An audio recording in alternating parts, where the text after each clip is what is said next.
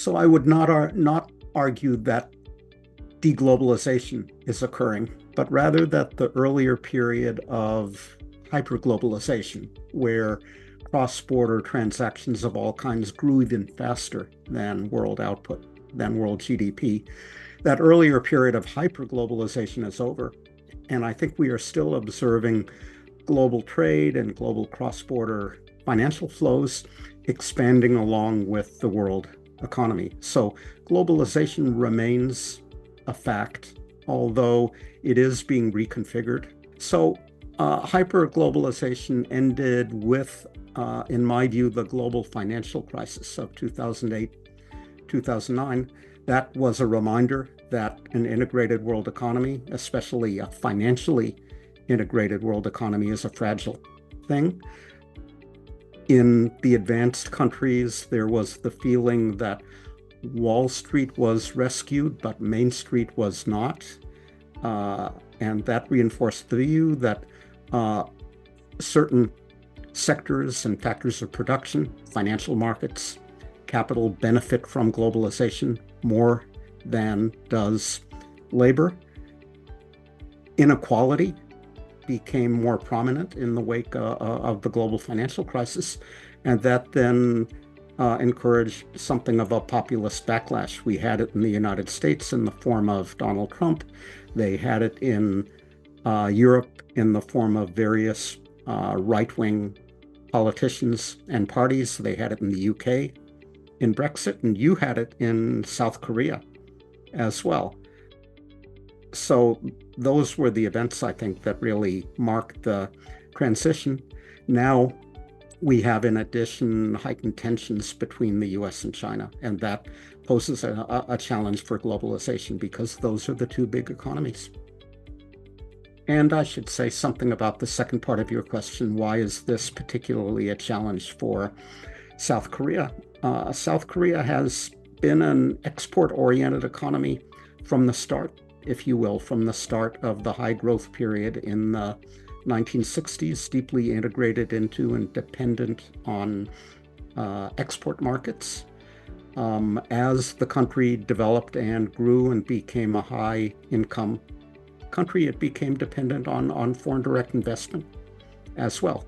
So when there's a wrench in the works of global trade and global foreign investment, that's particularly a problem for a country like South Korea, which is much more open, has a higher ratio of exports to national income and foreign investment to national income than does a country like the United States.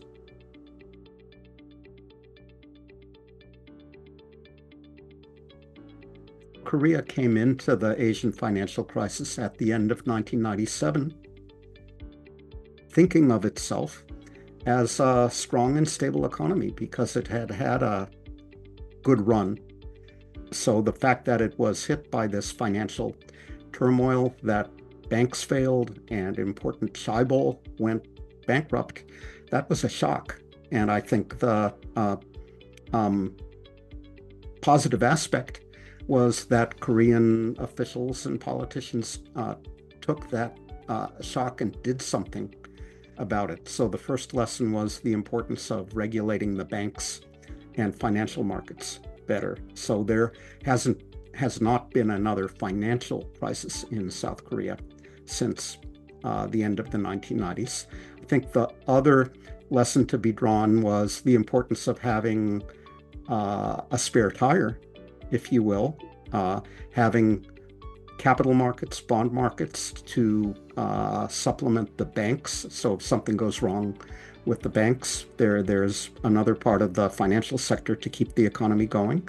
A third lesson was the importance of having adequate foreign reserves.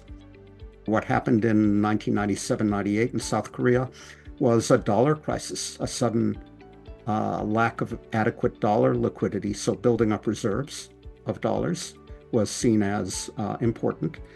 And finally, sound and stable monetary and fiscal policies, including a more flexible exchange rate. So part of the problem in the 1990s was that the Bank of Korea was shadowing the dollar, keeping the won too fixed too rigidly, stable against the dollar. So Korea, the Bank of Korea has moved to inflation targeting, which is a more robust monetary regime that combines credibility with flexibility. There was a final lesson where I'm not sure I would declare victory yet, which is in corporate governance reform. So the last thing people concluded the country needed to do economically was strengthen corporate governance, strengthen the boards, the outside directors of the 𝐄𝐩, and so forth. And there has been a bit of progress there, but there's room for significantly more progress. So the story is not over.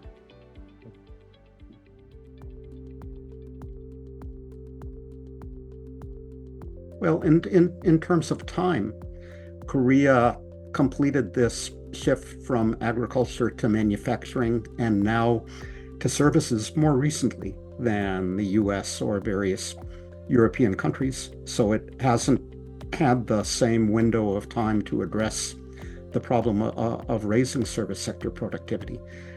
I would probably not talk about the service sector in Korea, but you really have two service sectors. You have a very large, low productivity, small scale, self-employment based service sector. And then you have a smaller, high-tech service sector, software and back office services and so forth. The problem is in the very large in terms of number of workers, small scale, self-employment based service sector, where there are a lot of people who take honorable retirement.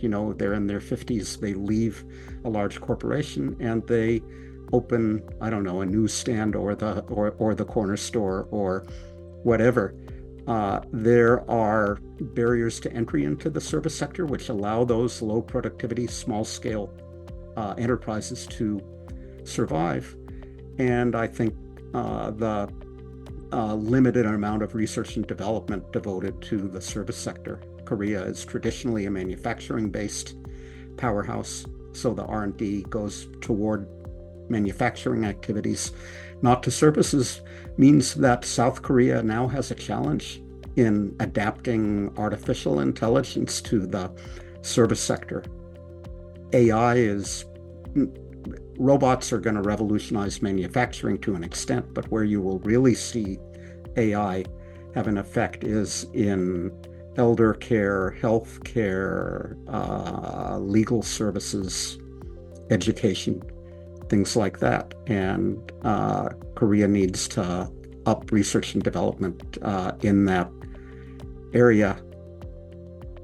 People, in the service sector work long hours. They keep the store open for a long time rather than figuring out how their digital assistant can increase the productivity of their work. So part of the solution is for the big companies, be they in software companies or manufacturing companies, to keep these productive workers on beyond their 50s when they still are productive. And given that there are now a more limited number of young people coming into the job market, keeping those older workers on in the big companies is not denying advancement to the young folks. So I think that's part of the solution as well.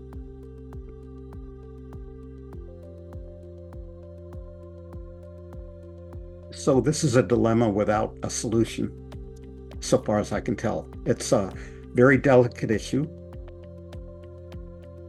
South Korea is a minnow navigating between two whales. It is sometimes said 20% of the country's exports go to China, 20% of the country's exports go to the United States. I think we have seen South Korea drawing a bit closer to the US and distancing itself a little bit from China, but China is too large and too close by not to be an important economic partner. South Korea has done a good job on balance in managing its relationship with Donald Trump. We will see whether the large amounts of foreign direct investment that South Korean companies are now undertaking in the United States have a payoff in terms of restoring a stable economic relationship between the US and South Korea. But I think South Korean officials, policymakers can only do, the best they can do is keep doing what they've been doing, which is to try to maintain their calm, not to be provoked by strong statements from either side, because both sides threaten to punish third countries that don't clearly align with their side in this geopolitical dispute between the two gorillas. And beyond that, try to maintain its economic relations with both, because there really is no alternative to doing so. Having to choose one or the other would be economically disastrous, given the extent of the links between Korea and the two big economies.